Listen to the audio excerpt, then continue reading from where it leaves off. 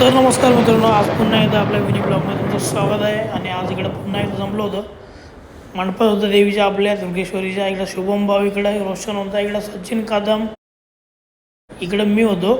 आणि मग काय आपण चाललो डायरेक्ट तिकडे कुठे आपल्या देवीच्या इकडे आम्ही, कारण बाकीचे लोक पण पाठीमागून येत होते. आणि त्याच्यानंतर आम्ही डायरेक्ट पोचलो आपल्या मूर्तिकारांच्या इकडे. आणि त्याच्यानंतर मग काय इकडे मूर्त्या होत्या, सुंदर सुंदर मूर्त्या होत्या इकडे आतमध्ये, तुम्ही बघू शकताय. त्याच्यामध्येच आम्ही एक छोटी मूर्ती पण बघण्यासाठी आतमध्ये गेलो होतो. तर तिकडून येता येतं तर दादाकडे मूर्ती सजावटीचं काम चालू होतं. मूर्तीला व्यवस्थित कलर पेंट चाललेलं. आणि काय मग आमचं बोलणं वगैरे झालं. त्याच्यानंतर इकडं मग काय अशा मूर्त्या होत्या, थोडं बोलणं वगैरे झालं. इकडं सांग्या वाय, आपला सांग्या वाय, अजून एक इकडं मी आणि अजून एक सांग्या वाय, तिकडं सचिन कदम, दोन दोन सांग्या आहेत, अजून तीन तीन आहेत.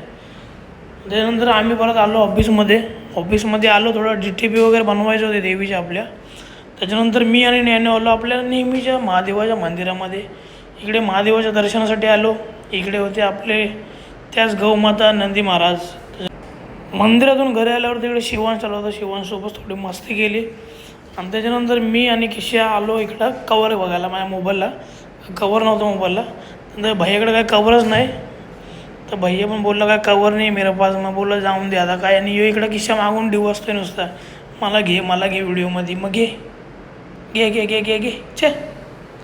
त्यानंतर मी आलो अमितकडे थोडं काम होतं माझं. आणि यो इकडं आतमध्ये सुम्या भाई आपला अमितचा भाऊ.